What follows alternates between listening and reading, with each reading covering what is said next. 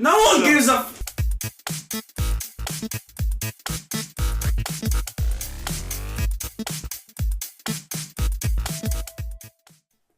Hello, and welcome to the TidBit Cast. Spooky cast. Spooky. I'm David, this is... And this is... Aaron. Continuing on with our Halloween themed topics, Yes. we're going on to... Gary wants it. And Gary I will want try it- to scare us. I want it so bad. Go. Right, okay, so what we're going to talk about is, this is also based on, because I wasn't sure what to do, and then I just saw that 2 days ago, you know what was announced? What? Is that Resident Evil 0, 1, and Resident Evil 4 are going to Nintendo Switch. No one gives a... Sorry. Okay. This is Gary's perfect topic. So that made me think. I'm seething already. So it made me think, tell me about some scary games. I just want to talk about scary games. Have you played Fortnite before? Shut I was it. It is terrifying. Yeah. That storm is coming for you. Have you ever gone into a classroom of children? Just when one of them in Fortnite, they will slaughter you. Yeah, that's true. I walked in, when I was walking in today, I heard you were talking about Resident Evil 7. What was I saying about Resident Evil 7? You were saying The about one after 6. you were Fair watching play it, you were playing with David. Actually, it was after Revelations 2, but You were alright. playing with David and you didn't want to play. Oh yeah, because you're talking about, I scared the shit out of David there yesterday Not morning. me, the other No, one. the other one. David's the one who now lives with me. It was... What was that? I was asleep upstairs, I came downstairs, he was in the corner, just taking cobwebs down and all, because the house is quite filthy, but he cleaned the top to bottom like a mad bastard, and I ended up scaring the shit out of him. Turns out he's not that good at horror. And I was talking about the fact that I showed him... Well, not showed him, I just sat here and turned on Resident Evil 7 one day, started up, and he got really fucking invested in it, but terrified. It was fucking great. Yeah, that's all I mentioned about it. Okay. Pretty much. That's Don't what it talk about was. scary games? What? We were talking about scary games, right? Yeah. Okay, what would you like to discuss about them? Because I don't know. Have you guys ever really gone into that genre Yes. of games? I don't think I've ever played a scary game. What? I don't know. Life. Yeah, obviously. I'm trying to think. Nothing like... Silent Hill. No, I've never played that. Never played Resident Evil. Never Whoa, played any really? of those, yeah. You shouldn't. Okay. Yeah. We're going to sit here and make a play Until Dawn. Actually, pretty cool. What's that fucking face? I don't know. Rami Malek's in it. In the game. Yeah.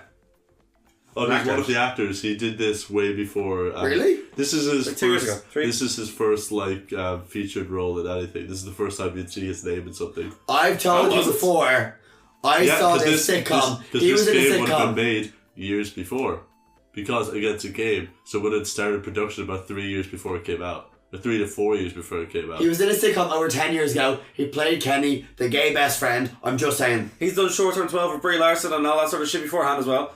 No. Okay, anything of note. Fuck you! Favorite film of all That time. sitcom, I can't remember his name, but it was really good. I understand. Until Dawn is what gave him his big break. Yes, Is It's it? really not. It's not!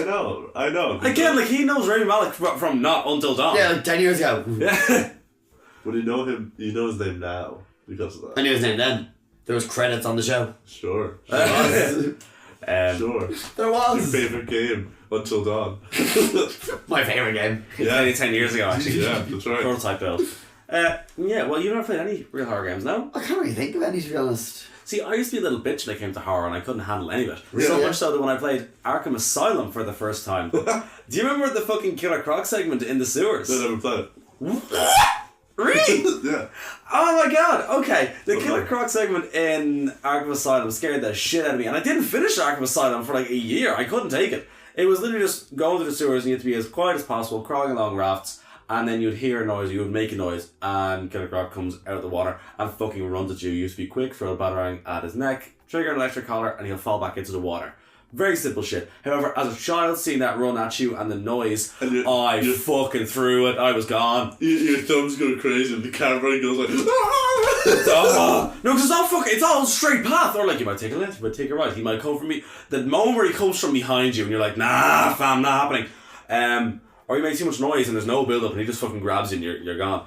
Oh, look, it was, that scared the piss out of me as a kid. I was not good with horror for a long time. And then it became now everything's quite horror and I fucking love it. Which stemmed from a fear of Friday. No, it wasn't Friday the 13th. I think it was Nightmare on Elm Street Part 5. I was shown. I saw that film and I was a kid. I mean, I was a proper fucking child. And I was in primary school, scared that piss out of me. And I was done with horror. Couldn't watch zombie things, couldn't do anything like that. World at War Zombies was the first time I was forced to play a fucking horror, anything remotely scary. Oh, yeah. And that fucked with me because when you play that solo, there's no music really. It is literally just the noise of them coming It's at as you. funny here is it like tearing down the doors and down the windows and down the boards against the And walls. hearing them fucking run, and you'd be like, there were like 20 fucking windows at this point. Sometimes their silence is just scary. Yeah, that was it, I suppose. And then what was I forced into then afterwards? I say forced into. It might have been. It's called Kino Dare and Toten. It was like the starting map. Nocturne and Toten, then Verduct, then Shino Numa, then Darius. That was World of War. Yeah. See, I still remember those. I very fucking liked the second and third maps. The fourth, though, Darius was my shit. What you call it? Yeah, I suppose I didn't grow up playing horror games, but then what did I cut into? I think I played Resident Evil 5 at one point, co-op. And I was like, what? Well done. Because I hated zombies. I hate anything to do like zombie shit or anything Well, like that. Resident Evil 5 is not a horror game. Resident Evil 5 is an action game. Exactly, except for the opening. The opening feels quiet because when you fuck around when everything's going on, Yeah, it was quite. Because the thing is that there's horror games, but the thing about those horror games is that they have to be scary because they make you feel powerless. Yes. That's the thing about horror is that you're not able to stop it, or you have to do something. The beginning of that game, you can't actually defeat some of the monsters. You have to actually run away and defeat them in other ways by doing puzzles while they're still coming after you. And that's what makes it survival horror. But then as the game continues, it's that, you just get more and more powerful, and these instances happen less and less, so eventually you're just like a tank. Which, with Chris Redfield in that game, is a tank. Chris Redfield punches a boulder. You punch a boulder in a then volcano. And then you have to keep pressing the triggers to punch the volcano, Punch a volcano. Come here, you. and all he does is that you keep pressing the buttons like a quick time sequence, but he keeps punching it How are his faster. hands okay? No, he keeps doing it faster and faster, and then the final one he reels back and boom, and he punches the boulder into the. Hands can't do It that. becomes the most Japanese thing in the world, right? Yeah. Apparently he's able to build it up he's able to build up his meter and punch it into the To have lava. stronger hands. It's almost like, that thing where you roll back your shoulder again and again and you build up Momentum. power. When you're a child you swing your things in a circle until it gets more and more powerful. That's what Chris does. Pretty much. Yeah. And then swings back and goes, "Huh?" and fucking just punches the boulder and you're like, well, I've saved the day now. But, well, that is it. Yeah, I played that and then I went on to... I'm trying to think what came first. I'm not sure. I know I ended up playing then Silent Hill 2. I think I played Silent Hill 2 but wrong because it was the HD collection. And I did that and we know that's not a finished version of the game that was released. Played that. That was that like a fucked. no mist or something? Oh, everything is fucked. It's not like the main thing. Everything is fucked. Yeah, the main thing about Silent Hill is that the first game to save on the speed because they weren't able to put all of it into it because if you have an open map, obviously then all of them have to be loaded. You have to see so it's just so seeing everything. So they're just so if it's a game, if we get rid of the visibility, it makes a part of the puzzles being able to. They already have that. You have to find all these things around the town. Oh, what if we add a fog or a mist to it? Because then what happens is that you're not able to see everything, and so it means that only the things that are in your immediate area have to load in. Yeah. So it saves on load times and stuff like that. And it's spooky. And so it means that you would hear dogs in the fog and it'd be where are they? Where are they? You don't know until they're really close to you. And also tank controls. I think tank controls are one of the best things for horror. I think they're terrifying. The reason being is that you're actually fighting with the controls. Yeah. It's because Resident Evil, the thing that always terrified me playing those games is that the first, second, third one, and Code Veronica and stuff like that, is you would be shooting something or something would come at you, and then so you'd have to turn around and run away. But to turn around and run away, it means that you have to rotate your character. You have to stop getting out of the firing animation, let go of it, then go neutral, and then rotate your character 180 degrees. And then press the run button and then go. That's a lot of stuff to do. There's a lot of steps between it, which means that when you're panicking, it's terrible. Because it means that you have to remember how to be able to do everything again. I remember what it is. Dead Space. That's what? Dead Space. Oh, Dead Space. Dead Space did it for me. That is the. I never really played horror games, and then when I played that, it was the only one that I finally got there. Yeah, that's I never finished the other first game I ever 100%ed on like the 360 or anything like that, like 1,000 games score, all that sort of shit. And then I bought Resident Evil 4 then, and Dead Space 2. I did the same thing, except I did the other way around. I played Resident Evil 4 on the Wii, and then I played Dead Space on PS3, and those are at the time the only scary games I played. And that's what it was. Dead Space 2 was less scary, but it's still fucking great. But then Resident Evil 4, that for me was that was one of the first times I think I played about 8 hours of it, and then there was one night where I just sat down and I played through the whole thing, finished the game then that night, and it was school the next day. Didn't go to sleep. Sat there, headphones on. I went through all Resident Evil 4. I think by the end it was like 22 hours to get through it the first time. I took it like really slow and tried to do everything, and again it was flawless. And after that it was right. This is my thing now. Resident Evil. Here we go. Go back and do them all. And so on and so forth. Resident 2, 5, pre-ordered 6. 6 wasn't a horror. I still say Resident Evil 7 is probably my favourite fucking game of last year. Like Resident 7 was just, for me, it was beautiful. Revelations, it's grand. Revelations 2, people still give shit to Revelations 2. I think Revelations 2 is fucking amazing. I know most people don't, but I really, really do like it. The likes of, I think that's what it was. I didn't, when it came to the whole like a horror thing, I would never play games in front of people. It was always like a very sort of private thing, where I wouldn't do it like in front of people. And then same with films as well. I wouldn't sit down and watch a horror with other people.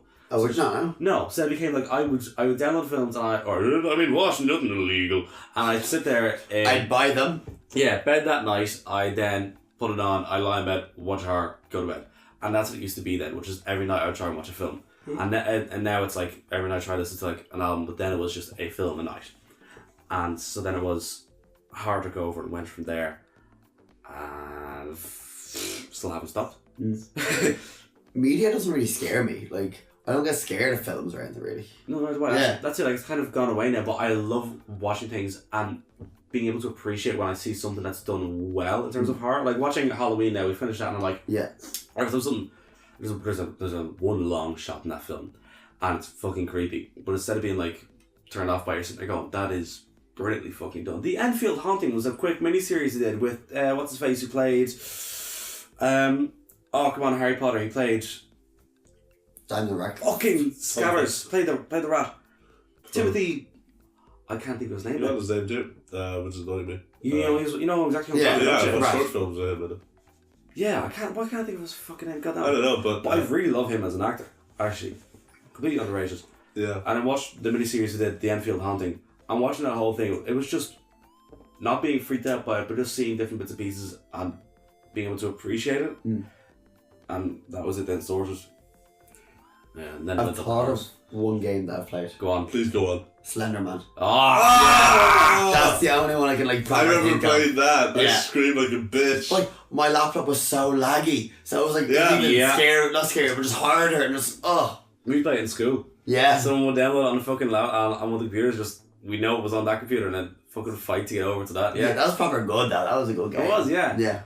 I never won. never. No, don't think so. It's incredibly difficult to. Yeah. It's very difficult. Yeah.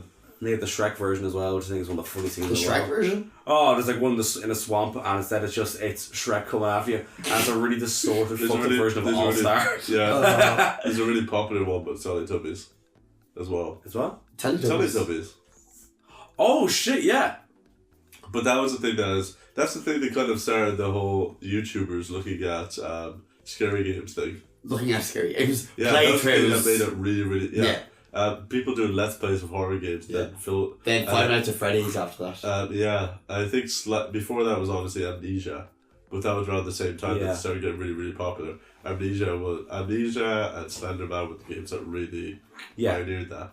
But when I go back to like horror games, Resident Evil 4 is a fantastic game. Like that was one of those games that I remember because I was quite young. It was on the Wii, so we got it like almost soon after the Wii came out. Yeah. After it was ported to it, and you know the moments to talk about where, for example, when you fight his left or right hand man in the sewers, who turns out to be like a scorpion thing. Yeah. And I killed that shit. I killed that fucker. I killed that shit. That thing is really difficult and really scary because it's able to crawl along the roof and you don't see it until it comes down in front of you.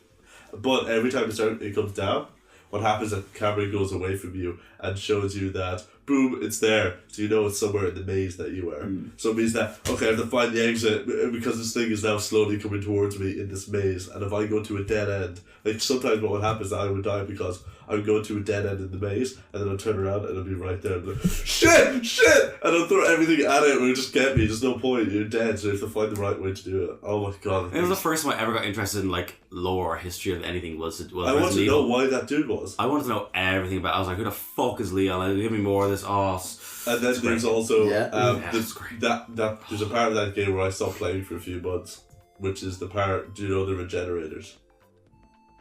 Oh yes. Wait, have this.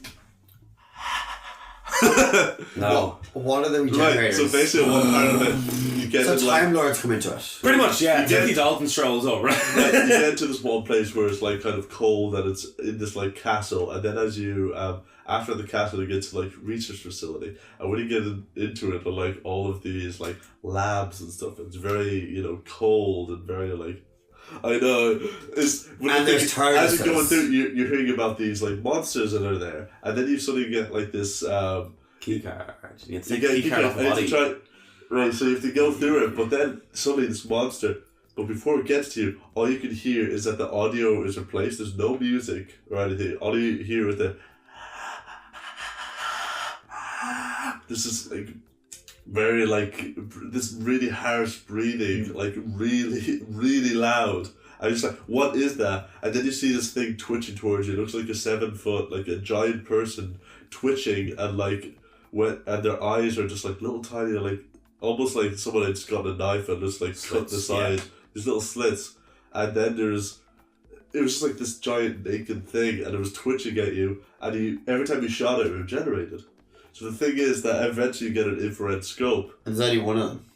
No. Okay. There are different fucking versions. So it means that you have to get an infrared scope to shoot it. But the only thing that you're able to test the infrared scope to was your sniper rifle. And by your sniper rifle, you bolt action one shot at a time. Yeah. So it meant that the only way to actually find out where to defeat them is you have to find these points in their body with the infrared scope. They can be on their back.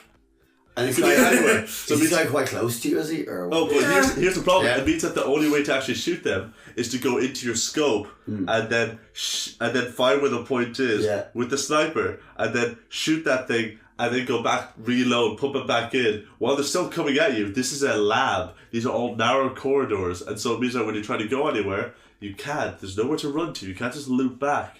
These are things, and so it means that you're constantly just like. Shooting it, running away, but then there's like a dead end, so you have to like be able to do it quickly, and you have to shoot them like 3 or 4 times because there are 3 or 4 different points in them. So it means that all you're hearing as you're doing all this is just this breathing in your ear. When that happened, I just turned off the game and kept playing for months. It sounds disturbing. Yeah. Well, it also has Resident Evil 4 also has like one of the first like examples of the Nazi zombies type thing where they're coming to the cabin. Do you remember that whole thing? Oh, the cabin where you with first meet Louis. Yeah. Louis. CK? No. No, also, if you accidentally shoot Luis, that cutscene plays where he's just like, why did you do that? And then he kills you. Even though he's like an NPC, and like, if you don't shoot him, the story goes on as normal, but he will try to kill you if you actually accidentally shoot him. It's so you're just in a cabin with them, and it's board the windows, do what you can, and then it's just, they're going to come in, you last as long as you fucking can. And it's intense. That game ramps up quite a bit, but at the beginning it's the levels it hits are not right. It's essentially the first build of it was, well, I'd say second build of it was fucking Devil May Cry 1. Like, that's the level of I hate you so much. Like, yeah. You make these references, I just don't get it. I know the games, but I've never played or seen them. Resident Evil is like a good series. Resident Evil 2 has considered one of the scariest scenes in that game. Which one? One of the biggest scenes. The first time he's the dog. Yeah, it's considered like the biggest like jump scare, or at least the thing that nobody expects when it happens. Yeah. But that's all we're going to tell you because that means nothing. Expecting it now if I ever play it. You will never expect it. Nobody. I'm expecting it. The dog. Nobody ever the does. Dog will no happen. one expects it. No one expects it. Even when they do a remake of the first one, remember that? They are remaking, they did like the dog thing where the dog's supposed to jump through the fucking window. And it wasn't there. But then you come back, it's there. It's like, well, there you go. It's like, oh no, they got rid of it. It's like, oh, so it's like it's one of the biggest jump scares in like gaming history because this is one of the first survival horror games. So it's just like when that happened, people were like, what? Because jump scares weren't really a thing, and so they're just like, oh, it's not there when did the remake, and then you come back and they waited because you knew that was going to happen. Yeah. So then when you actually came back, it's like, no, it just waited until there was a time where it wasn't. Then modern horror games.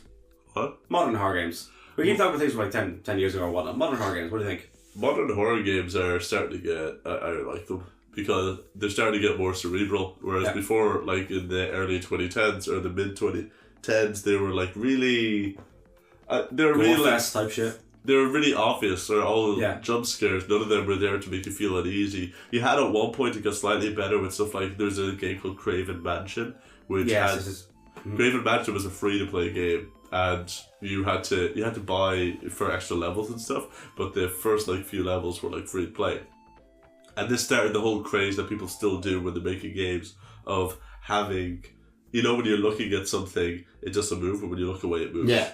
So the Weeping Angels. Oh, good boy. This is the game that kind of started that in the indie scene, which is where a lot of these games come from, and usually why they're shit. And obviously like Source Engine and stuff like that with Half-Life mods. But like the whole like things you're looking at, Craven Mansion, I remember was, oh, I saw that, and then I saw a load of other shit doing it at the same time. And that was just doing the best out of all of them. And all of, those games were just like trying to get you like, bah! And then the scare is done. But that was just like, oh yeah, you just have to make sure you're looking at the monsters and they won't move. And they're just mannequins. But if you turn away, they'll come at you. And then there are moments that you're actually stuck in a room and they are behind you and in front of you, so you have to constantly go and turn the other way. So it actually did interesting things with it. The games now are doing better. They're being cerebral with it. Alien Isolation. That's a really good example. It makes you think that the thing is actually smart. Yeah, it does, yeah. And there are levels where like that alien isn't fucking in it, but you will think it's there. Really, yeah. Oh, you go through like the first like hour or so, like there's no alien, no nothing. The game is too long. It was way tue long. But at the same time, it's intense. Like you can play that. If you play that in bursts, it's fine. If you sit down and try and go through it like in one like slog, you're fucked. I re-downloaded it there a couple nights ago because that's what I'm going to do now for Halloween. Alien Isolation and Resi 7 again, because like it or not, that game is fucking phenomenal. That is an uneasy game, as in it's, you know, every sort of monster in it is very basic, apart from the main ones, everyone who runs the house. And everyone in that house will fuck with your head. Its story's fine, but it's a Resident Evil game in first person. And yeah, like you don't see your character's face, you don't see any of that sort of stuff. And it's literally just, it's a typical opening of like, your fucking girlfriend wife calls Mia and she's like, I'm sorry, I'm gone, don't come look for me, and just ends with, stay away, and then it fucking cuts. And you're driving. And it's like, where are you going? I'm going to find Mia. She said, stay away. I'm not staying away. She's been gone for 3 years. And then it's just, go to this place where you think she is, find her and leave. In the first half hour, you find her and you go, well, this is grand. And then it starts. And then you don't leave. And then it gets, I think everyone knows about the fucking intro for like Resident 7 case. There's no spoilers here. Like the end of the demo, and the demo starts off and it's usual horror shit, go around the house, all spooky shit, all that sort of crack. The opening of this game is you and Mia, the wife. She is not the main draw, it's the family that are the main draw. So anything to do with her for the first like hour or so is fine to spoil, because it's like a fucking 18-hour game if you go through it properly. It hits ridiculous levels. You find her, it's like, everything's fine, she turns on you, you fight. When you first see her coming at you out of the shadows, like down a set of stairs, she's batshit crazy. It's terrifying. Cuts off your hands. You're like, well, guess I'm not playing as this character. Oh, my hand is self-taped back on. Spoilers for Resident Evil. No, it's not. That's what I'm saying, is that it is not. The first hour of that is nothing. The whole thing is to do with the family. She's the build-up to the family. And then it all kicks off. And the iconic image of you sitting at the table with the rest of the family just eating guts. And then the game descends into fucking madness. And it's terrifying. It is terrifying. Every shot in that game counts, which hasn't happened since like Resident Evil fucking 3 maybe. It's a solid game. And then we're getting remake 2. Hey. Yeah. Resident Evil Remake 2 is going to come, and they're doing it the same way of They're doing it in the engine of Resident Evil 7, but with the same gameplay as Resident Evil 4. But is it going to be on the Switch?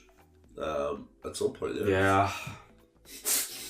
Actually quite sad about that. Like, yeah. Yeah, I think one thing I'd also like to try, because I think they kind of what looks like to be like the premier way to experience horror is VR games. Yeah, proper immersive style. Because the thing is that you can close your eyes, but if you open your eyes, it's still going to be there. It doesn't matter if you try and look away. Yeah.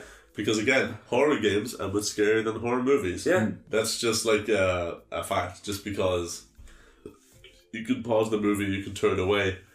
Unless you pause the game or you come out of the room, like you'll die. Like it doesn't matter what you do. Is that it will continue happening because you were the person controlling it. The only way to continue is for you to do it. In the movie, they can do it themselves.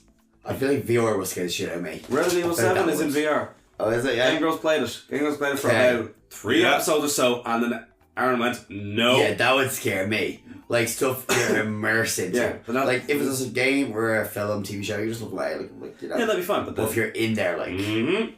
Yeah, the VR. I really want to play VR, and VR horror is just. We should do that. I think he'd enjoy Until Dawn. Yeah. I really think he'd enjoy it. Do you know what Until Dawn is? The zombies? No. It's nothing with that. It's just, it's all character driven. There's multiple plot threads going on. It is literally just two sisters. Are they sisters? Hannah and whatever it is. It's just two sisters die at an event, and then a year later, to mark sort of like everyone getting back together, they all come back together. All their friends and all go back to the house. After, they died after a prank was played on them. They come back, they all go around the house. You then play as every one of those characters. It switches at random points, and it's based upon, it's all very Heavy Rain-esque, whereby it's all based on play that either, but yeah. Character choice. Yeah. All pieces of dialogue are like up to you, that kind of thing. But you will play as every one of those characters, and just goes through them all. It's their story, and it's just a slasher. Yeah. And it's fucking good. It is very, I might give it very a go. good. Yeah, you get through it in about 6 to 7 hours. Okay, yeah, so not too much. Yeah, I mean, even Roshi was going to play it here one night with us. Like, it's it's fun. Yeah, I've done it either. Really? Yeah. Wow. Okay. Yeah. Cool. It's very good. Yeah. It's just a long film. Yeah. Yeah. I've been recommended it before. Yeah. It seems very nice. Did you watch Agents of S.H.I.E.L.D.? Oh, some of it. First season. Some of the first Do you remember season. the fella that she's kind of into? I can't remember his name. Grant? Nope. No. They're the main. I tried to blog most of it. Cool. Alright, never mind. Didn't like it. Well, they're in it. Grant's in it. Okay, yeah. Yeah, cool. That was like the first time I saw him in anything else. Yeah, pretty much. Oh, what's his face? There's not a fucking great action in it. I can't think of his name. Never mind, we're going to move on because I can't think of his name. He's a fucking character actor. Okay. Yeah. Will we end up there then? I'd say so, yeah. I think so, Yeah. Thank you very much for listening to the terrifying cast. The Terror Cast, Spooky Cast. I've been David, this has Spooky been... Harry. And this has been... Aaron. You can find us on most social medias, such as Facebook and Instagram. Yeah. You can also listen on most podcasting platforms. Yeah. Thank you for listening, and goodbye. Bye. Enjoy your trick-or-treating. Support us on YouTube. For spooky times. Or I'll find you. Yeet. Yeah. Don't think I won't. I can see you, but you can't see me.